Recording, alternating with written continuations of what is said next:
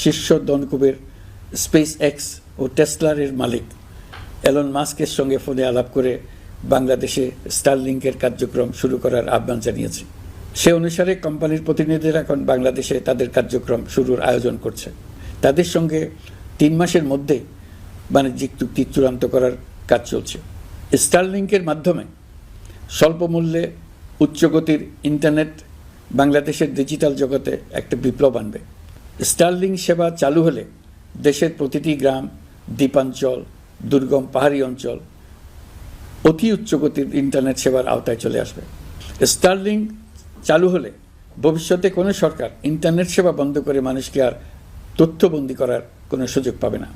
বাংলাদেশের প্রতিটি অঞ্চলে বিশ্বমানের শিক্ষা, স্বাস্থ্যসেবা, অর্থনৈতিক ক্ষেত্রে সকল নাগরিকের অংশগ্রহণ নিশ্চিত করা যাবে। আমাদের নতুন প্রজন্ম দেশের যে কোনো প্রত্যন্ত অঞ্চলেই থাকুক না কেন, তারা বিশ্ব নাগরিক হয়ে গড়ে ওঠার সুযোগ পাবে। সরকার যুব উদ্যোক্তা নীতি 2025 প্রণয়ন করেছে। এর লক্ষ্য হবে সামাজিক, অর্থনৈতিক ও পরিবেশগত অগ্রগতির মূল চালক হিসেবে তরুণ তরুণীদের ক্ষমতায়ন করা। এই নীতি টেকসই উন্নয়ন লক্ষ্যমাত্রা অর্জনের উপায় হিসেবে সফল উদ্যোক্তা তৈরিতে সহায়ক হবে। সামাজিক